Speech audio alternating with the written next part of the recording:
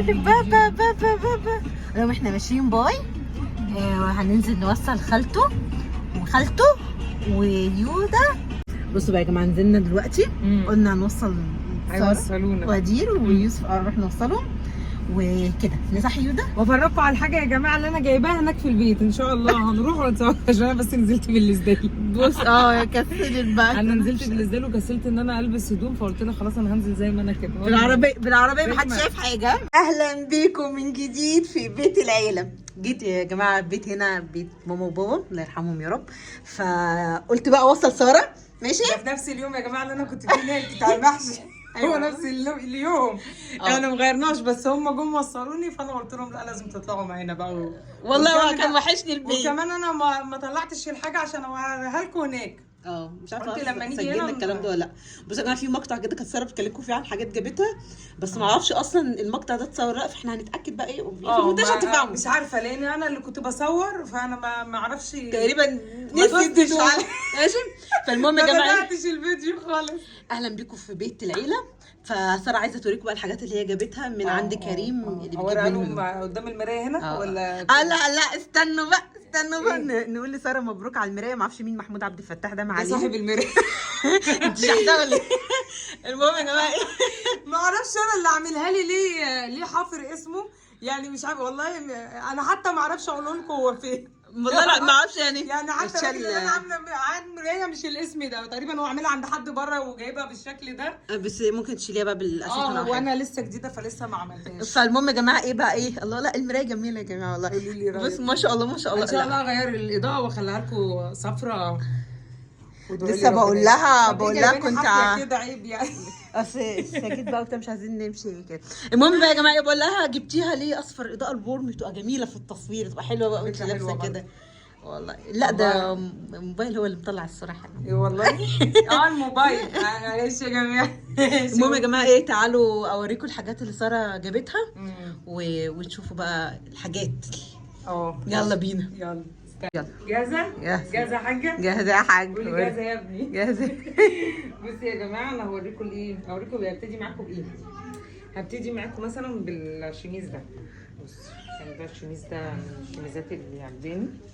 الشميز ده يا جماعه فيه تلبيسه، يعني هو شميز ابيض تمام حلو وليه التلبيسه دي ممكن تشيليها هي بكباسين. طب يا بنات اللي تلبس من تحت. طب كان نفسي والله البسه لكم واوريه لكم في اللبس. هو شيفون شويه يعني ممكن حد يلبس عليه توب بكم بدل التوب بتاعه ده، بس انا عجبني شكله وانا عاشقه للابيض والاسود يعني. تمام. ده اول قميص ده قميص اسود.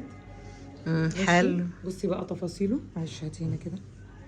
انا عاجبني الحركه اللي في الكم. بصي الحركه اللي في الكم دي جميله. حلو.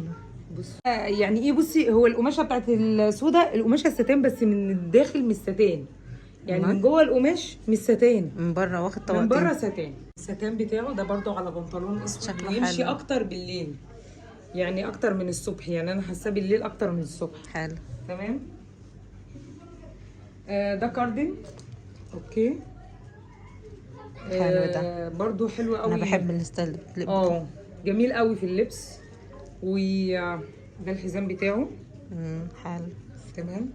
حلو يا بنات. حلو جدا برضو في اللبس على حاجه اسود في اسود كده يبقى تحفه.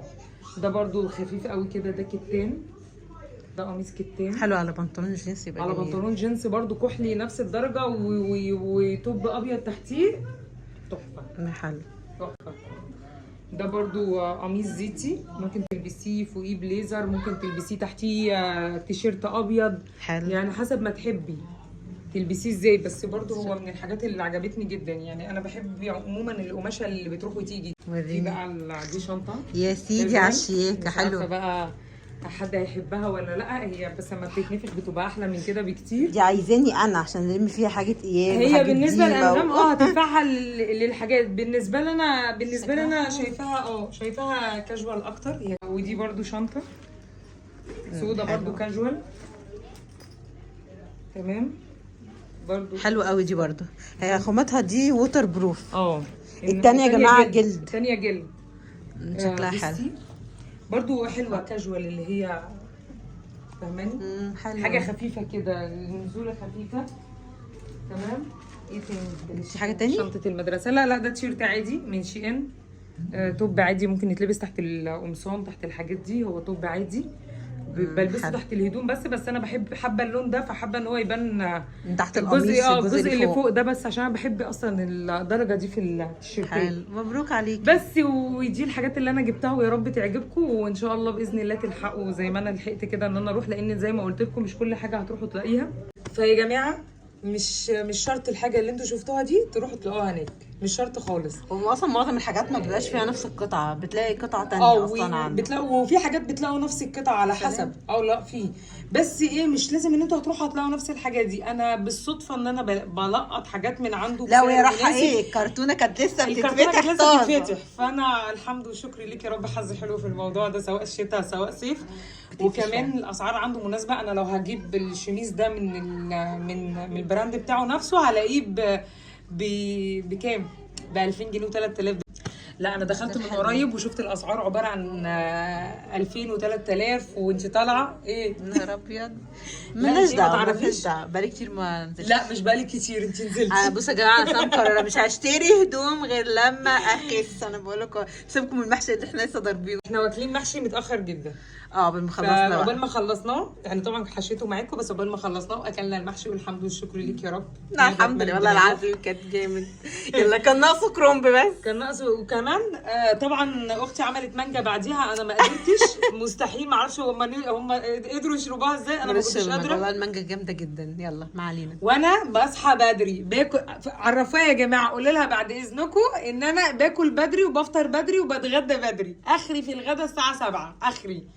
يعني مش هقول لك بقى الساعه 4 وافور لك فيها، لا بس 6 7 اخري. حاضر المره الجايه يا جماعه نتغدى. بعد اذنكم قولوا لها الكلام ده عشان هي مش مقتنعه بده. انا بصحى زي القرده من الساعه 12 الساعه 1. اسالوها. حصل. مهما انام متاخر انا بصحى بدري. طلبتوا مني العبايات. انا كان عندي عبايات يا جماعه، بس هي المشكله كلها ان العبايات اللي جات لي دي كلها مقاساتها قصيره. يعني انا ممكن اوريكم حاجه منها دلوقتي كده من العبايات اللي جات لي دي، بس هي يعني اكتريت مقاساتها كانت قصيره وكده. حتى كل اللي حواليا كانوا يعني بيشتكوا من الموضوع ان هي العبايات قصيره وكده. احنا تقريبا مصريين طوال ولا ايه؟ لا ده حقيقي، احنا كلنا طوال. يعني حلوه العبايه لما توصل متر و70 متر 75 تبقى في يعني للوسط. متر وكام؟ هي تقريبا عايزه واحده متر و40. انا هوريكم دلوقتي كام عبايه كده تشوفوها، ودي من العبايات اللي جات لي، وهوريكم العبايات اللي انا بلبسها عامه في العام يا جماعه. ده عادي، مش عارفه هي اوبن عبايه بس هي بس ده من عندي كريم، برضو جايباه من عندي كريم. ده ممكن تلبسوه على لبس خروج عادي، ممكن تلبسوه على يعني على اي حاجه بتحبوها يعني. مش شرط برضو، بس هو برضو لبس خروج. دي برضو عبايه من الشغل اللي جالي، بس هي مشكلتها قصيره. يعني ايه مش قصيره، هي على وش الرجل. يعني مش عارفه طالعه عندكم ولا لا، بس هي كده على وش الرجل. هي شيك قوي ان هي ايه ساده. انا بحب العبايات الساده، ما بحبش العبايات اللي عليها شغل. هي بس ايه اللي فيها الحركه دي على الايد لطيفه حلوه. الشراشيب اهي. بس دي تقريبا عبايه طويله، انا مش العبايات القصيره. انا هوريكم العبايات القصيره. هي تقريبا عشان الشراشيب دي عامله تحت مساحه. دي يا بنات العبايه الثانيه. انا وريتكم اول عبايه، دي العبايه الثانيه، وكنت عايزه اوريكم طولها. بصي طولها، هي الجلابيه باينه منها. هي قصيره عشان اعرفكم ان هي دي كده قصيره. بالنسبه لي انا بحب العبايه اطول من كده. بصوا يا جماعه، اي حد طوله فوق ال 165 هي تبقى قصيره كده. دي بقى عايز حد ايه طول 160 او اقل. فعلا شكلها حلو، بس هي عايزه حد اقصر مني. يعني لو حد اقصر مني هبان عليه اكتر من كده. 160 اقل. انما انا بالنسبه لي دي كده قصيره، لان انا بحب العبايات اطول من كده. يعني العبايه كده تبقى حتى لو لبستي حاجه عاليه شويه، فالعبايه تبقى ايه ظاهره كده، نزليها لتحت. هي كانت قصيره شويه. قصيره يا بنات. دي بقى ايه؟ دي ملحفه. يعني هي مش عبايه ولا ايه، ولا هي ملحفه مفتوحه عادي. تمام. حلوه للناس اللي بتحب الحاجات الواسعه. بس دي طويله. دي طويله بقى. دي شايفاها حلوه. دي انا بحبها. ليه؟ مرتاحه فيها، وفي نفس الوقت طويله كده، ولبست حاجه عاليه فهي باينه. حتى لما بلبس حاجه عاليه بيبان طولها اكتر. لا شكلها حلو قوي. بس الكم تفاصيله حلوه. الكم بتاعه. انا يا جماعه هتلاقوا العبايات بتاعتي كلها ساده، انا ما بحبش العبايات اللي فيها شغل خالص. هي ساره خالص. بتحب تلبس ممكن وكمان تلاقي بتلبس عبايات لابسه الطرحه معايا. فيها شغل مثلا شراشيب زي اللي انتوا شفتوها، حاجات زي كده، بس خرز لا. يا بنات بقى عبايه من العبايات اللي انا قصدي عليها، اللي هي القصيره بقى، الايه، القصر الزياده عن اللازم. بصوا الجلابيه اللي انا لابساها من تحت، هتاخدوا بالكم بقى من الطول. دي بقى من العبايات القصيره، فعايزه حد اقصر مني، بس العبايه الماتيريال بتاعتها جميله جدا وحلوه يعني، ومريحه وواسعه. يعني انا بحب العبايات عامه تكون واسعه، انا ما بحبش العبايات المكسمه، بحب العبايه تكون واسعه زي ما انتم شايفين كده. بصوا ده بقى اللي انا بتكلم فيه.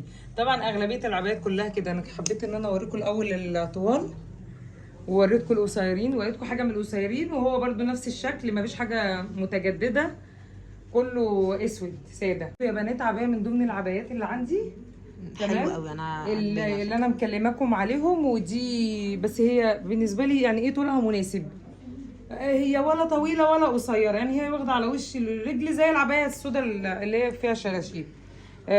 ده الشغل اللي فيها، بس هي ده شغل جنسي شويه، تحسي جنسي شويه، مفيش جنسي ولا كتان بس، وده اللوجو بتاعها. هي كلها مفتوحه كلها مفتوحه. دي مفتوحه. مفتوحه. القصيرين اللي انا وريته لكم دي عبايات مقفوله، يعني كلها مقفوله بس قصيره. ودي مفتوحه زي الملحفه كده. زي الملحفه، بس هي عبايه قماشه عبايه، وبرده الثانيه قماشه عبايه بس هي ملحفه، يعني اسمها ملحفه. حلوه قوي. ايه رايكم؟ ايه رايكم بقى يا جماعه؟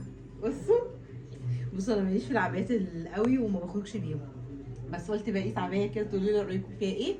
شكلها حلو قوي. بصوا عجبني الشكل ده، خامتها حلوه على فكره. بصوا بقى، واللوجو بتاعها تحت، وحلو ان هي طويله، فحلال عليا بقى. بصوا ما تغلاش عليكي انا اهو. حلوه صح؟ ايه رايكم؟ انا سبتها هي تقيس لكم العبايه دي بقى. بصوا بقى، كفايه انا قست عبايات كتير. لا وحلوه واسعه. بصوا واسعه ازاي. هي ليها زراير كده من هنا، لا من هنا، الزراير كده من الجنب ده. بس وده كده من ورا، شكلها حلو. لو لابسه بقى عليها هيلز كده تبقى شكلها حلو برضو قوي. فبصوا باين خليجيات خلاص. طلع لكم النهارده هلا والله. هلا ابو فواز مش كبسه بقى، ماسكه التليفون بايدي الثانيه. ايه رايكم؟ بصوا هم تقريبا اول مره يشوفوني بعبايه صح؟ لا بجد. انت اول مره تشوفوني بعبايه. انت ما لبستيش عبايه ولا مره معاهم كده؟ لا انتوا اول مره تشوفوني. من الحلاوه دي. طيب حلوه في العبايه يا جماعه ولا ايه؟ قولوا لي ايه رايكم. بس انا مش في العبايه خالص خالص خالص، ما اعرفش امشي بيها. ايه رايكم؟ بس لا دي حلوه، شكلها كيوت. لا ودي برضه حلو. شوفوا يا جماعه ايه رايكم بقى. قولوا لي. بقينا خليجيات اهو. كل حبايبنا وكل اصحابنا اللي بيشوفوا الفيديوهات من كل الدول العربيه، يعني ربنا يخليكم ليا يا رب، وانتوا اخواتي واصحابي، وقولوا لي انتوا ايه رايكم بقى. ماشي بس كده يا حلوين، ده كان اليوم بتاعنا. يا رب تكونوا انبسطتوا كده معانا، واشوفكم على خير فيديو جديد ان شاء الله. باي باي، مع السلامه.